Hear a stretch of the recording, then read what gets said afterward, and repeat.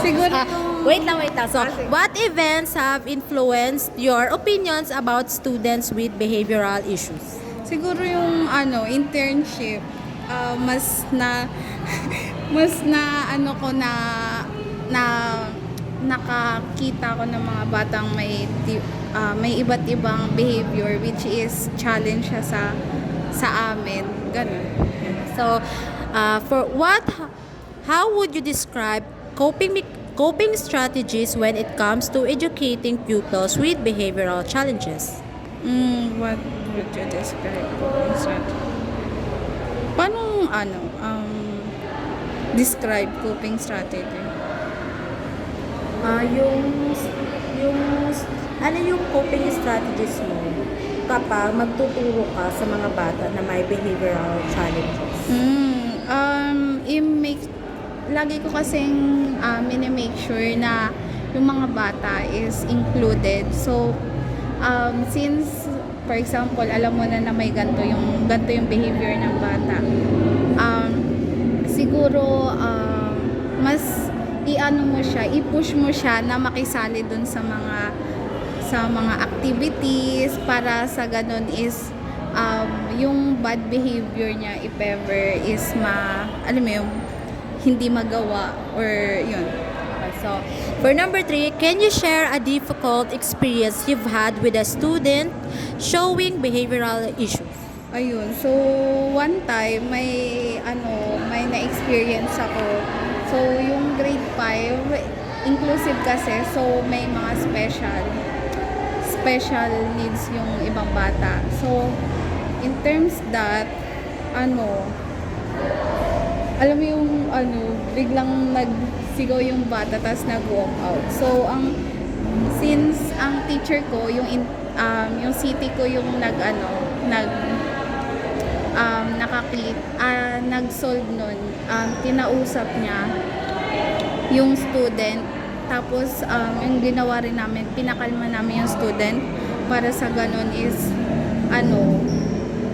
di niya magawa yung bad behavior niya, yung pagdadabog, pagtatanto, ganun. So, for number 4 po, what strategies do you use to handle classroom behavior successfully? Learner-centered, mas sila ang gumagawa ng activity para sa ganun is matama yung behavior nila as well as sabihin mo kung ano yung mistake nila. So for example, may ginawang mali, sasabihin mo sa bata, medyo kalmado na hindi ma-offend yung bata.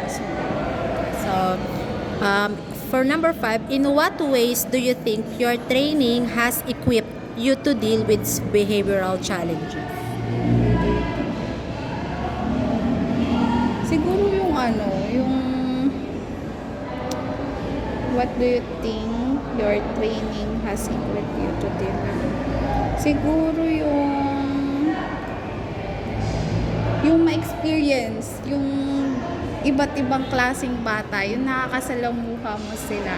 So, sa tingin ko yun yung na-equip sa akin para ma-improve ko yung kung paano ko ma-deal yung behavior na meron sila or yung misbehavior na meron sila. So, yun po. So, how does your institution provide you support concerning behavioral issues? Siguro yung guidance. Yun. So, dito kasi sa elementary, meron silang every Friday may parang guidance activity sila which is nakakatulong siya para alam mo yung magkaroon sila ng socializing sa ibang bata. As well as dito rin siguro sa college, 'di ba? So if ever that we have problems in terms of our behavior or mentality or yun. Pwede naman tayo pumunta doon. Open naman lagi yung office nila. So, for number 7, how do you evaluate your own coping strategies when managing challenging behaviors of the pupils? How do you evaluate?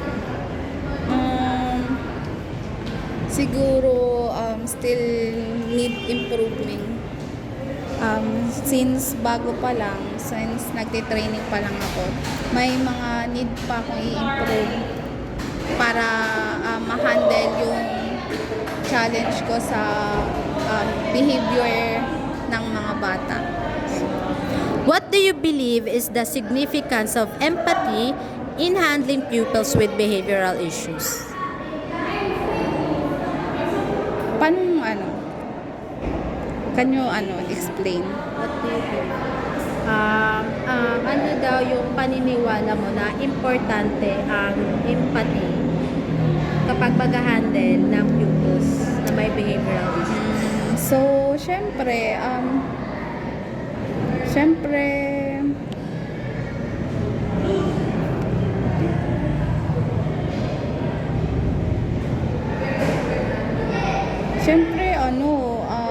since handle mo yung bata, dapat marunong kang wait lang.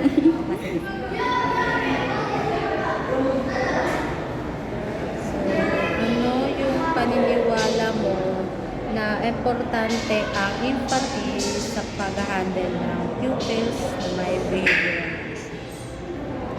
Ayun, so important din ang empathy para sa mga bata para alam niyo matama yung mga misbehavior nila, sa ganon is matututo din sila, so important siya.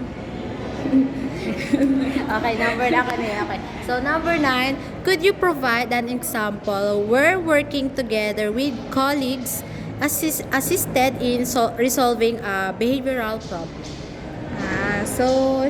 Kami sa isang city may 6 na intern. So, like, ang dami na kasi namin na experience na nagkaroon na parang ang bata nagkaroon ng misbehavior or nagtantrum siya sa room, which is kami naman, nagtutulungan kami na pakalmahin yung bata, kausapin yung bata, hanggang sa mapapayag na siya sa gusto namin na umupo lang, tapos mag-behave. So, number 10, what other resources or training could you improve your capacity to assist these pupils? Training, siguro yung mga seminars about sa kung paano i-handle yung bata. Yung may iba't ibang behavior sila. Tapos, siguro free lang din naman sa Google mag-search ng mga ng mga research na pwede mo magamit. So, basahin mo siya para mag-guide ka kung ano yung mga pwede mong gamitin na strategy para i-handle yung isang bata. Thank you so much. Thank you so much.